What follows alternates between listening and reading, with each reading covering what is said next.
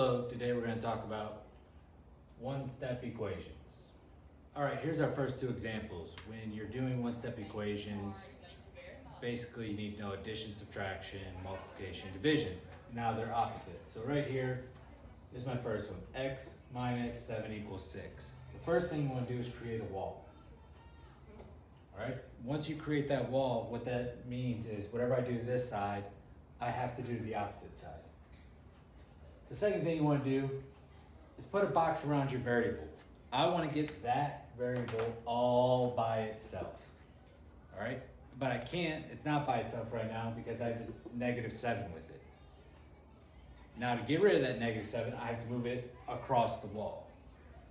All right, this wall is here to split it up, but also to get across the wall, you have to do the opposite operation. So technically here I'm subtracting 7. So to get rid of that 7, the opposite would be add 7. So I have to add 7 to this side and add 7 to this side. That cancels these out and gives me 0. And I bring down my x. 6 plus 7 is 13. All right? If I want to check it, I do 13 minus 7, 6 equals 6, check. All right? Now I'm going to come over to this one. This is addition. First thing I'm going to do, draw my wall, box my variable. That's what I'm trying to solve for. I'm trying to figure out what x is. Now I need to move this +7 across the wall. When I go across the wall, I do the opposite operation. Right, take the opposite of it. So if I'm adding 7 here, -7 is its opposite. So I have +7, opposite is -7, cancel each other out. When I do this side, I have to do the other side. All right, this cancels out, gives me 0. All I have left on this side is x. 4 minus 7. All right, so this is the integer things. I'll go through that too. So I have a positive and a negative, positive, negative. When I have a positive and negative, I take the sign of the larger. So what's larger? 4 or 7? 7. So my sign's going to be negative. And then I just subtract the smaller from the larger to get 3. So this answer is -3. If I want to check it, I plug in the -3. And that does make a true statement. So that is the answer. That is how you do adding and subtracting one-step equations. All right, this is multiplication. I'm going to do 2 examples for you. All right, so here's the first one. This is a new way of showing multiplication. Your kids might not have seen it or not. If you've never seen it, the coefficient is being multiplied by the variable. I put a box around my variable, drew my wall. Now I have to do the opposite. So what is the opposite of multiplying by -2? Dividing by -2. What I do to this side, I also do to this side. These cancel out, and what I have left is 1. So I have x, 6 divided by -2. Do a little triangle thing. So I have a positive and a negative. Negative left over. 6 divided by 2 is 3.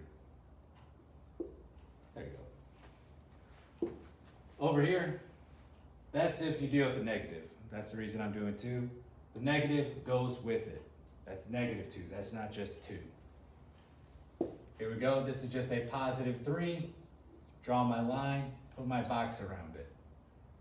I'm multiplying between these two, so I have to do the opposite. What's the opposite of multiplication? Division. These cancel out. Leaves my x left over. 9 divided by 3 is 3. And if I check it, 3 times 3 is 9.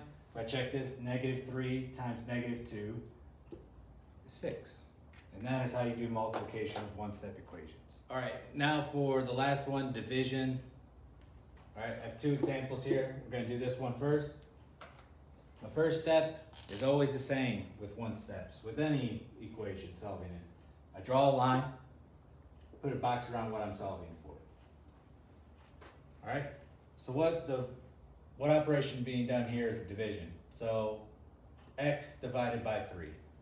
So I have to ask myself, what is the opposite of division? The opposite of division is multiplication. So to get this 3 over here, I multiply this side by 3, and I multiply this side by 3. All right, that cancels these 3's out, these 3's out. If you wanted to actually multiply it through, you'd get 3x over 3, and then when you simplify it, those 3's go away, and it just becomes x. 4 times 3 is 12.